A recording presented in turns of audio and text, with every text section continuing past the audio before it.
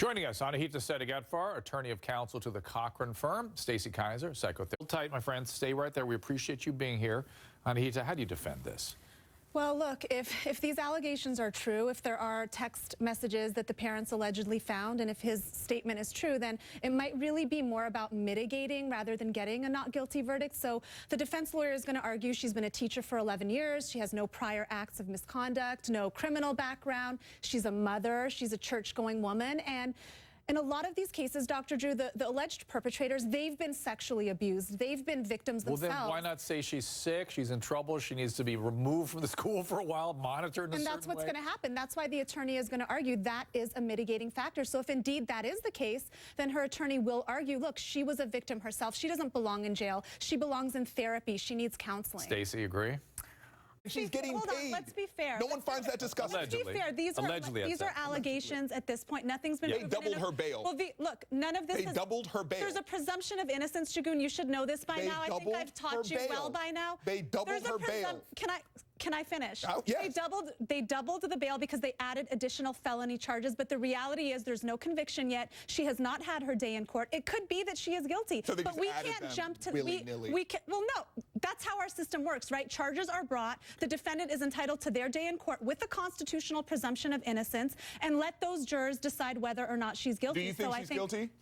Do you think she's guilty? I have no side either way. I believe that if it's true, in your heart of hearts, a 15-year-old boy is on television talking about being talked by a teacher.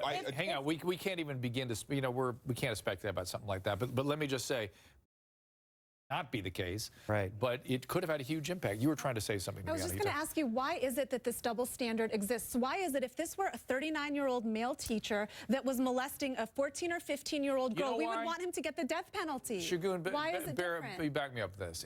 And Dan, you can even bring it if you want to. Old males. Yeah. And a 50-year-old male thinks this would be the greatest thing in the world. That's always been in society. When you read some of these stories, you hear the word consensual. He had, even in this case, he had consensual sex with the teacher. The law does not recognize consent when it's a minor and an adult. So I think like the thing you always say really resonates. It's the bigger people that have to take care of the little people. Even if he was willing to have sex with her, even if whatever he wanted to do, that's the kid that gets swept into this, exactly the kid that you want to hold the boundaries with. Dan, out a record of past offenses. What is that? A lot of that has to do with the teachers' unions, and I can tell you, Dr. Drew, we need to overhaul some of these unions. I know it's a difficult task, but listen, we all have a deep desire that teachers should be supported, right? Absolutely, but not to the point that their criminals are supported within their ranks. There's a case right now where a teacher admitted to molesting a student. He got fired from the school, and the union is suing the school in order to get him a pension, Dr. Drew. That is a problem. That is going beyond having a union supporting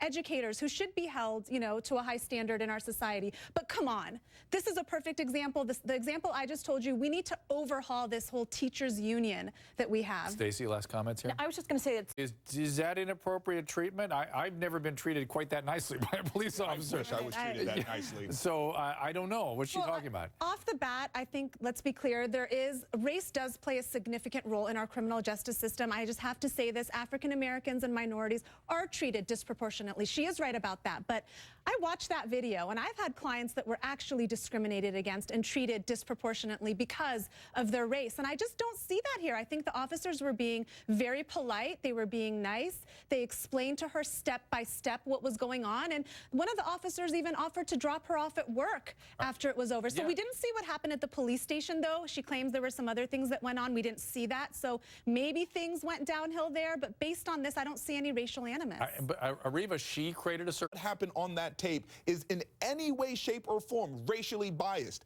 For her to even inject race into that is not only wrong, but it colors the entire issue, no pun intended. And if you want to talk about... Should be attacked either. I read a lot of the attacks against her, but I think part of that and what's rubbing people the wrong way is that she did frankly inject race into this situation. I agree. If there are policies that need to be challenged, protocols that need to be challenged, let's discuss that. But I think the fact that she kind of interjected race into it, and when there's a video that shows... I agree with you. You can't help but interject. She is, and you're stopped by the police. Race is automatic. And Anahita, you have some background on the stabbing. I do. So the stabbing was reportedly preceded by, quote, a minor matter that had to do with cleaning up after a dog. This man, Zachary, he became so angry, he repeatedly stabbed his mother in the stomach, the hand, the chin, and the back. And at one point, the blade snapped from the handle of the knife, and he went to grab a second knife to continue to attack the mother, but luckily his mother was able to escape. She was hospitalized for 4 days. And Dr. Drew, this is obviously such an unfortunate situation here, but it's not like they threw this man into jail and completely forgot about him. The department is working to get him some treatment, to get him into possibly a facility, but he is a dangerous man. Like a psychiatric facility? Right, to get him some type of treatment. Some not permanently, though. Not for now, not permanently. So just making sure he gets proper care while he's being held. Correct. Ariva, you have an autistic child, year-old mentality. He's watching Sesame Street. That was what his mom said. Well, I'll get to the mom. Joanna's still with us. I'm going to get to her in just a second. Anahita, quickly. Something when you talk about a separate type of mental illness, because my understanding is they did do a psych evaluation on him, and they determined, at least one of the doctors, that his violence was not related to autism, that it was possibly related to other factors and underlying anger that he had towards his mother. So that's why. Well, that's not mental illness. That's psychological. But there might be another. But Joanne, you've mentioned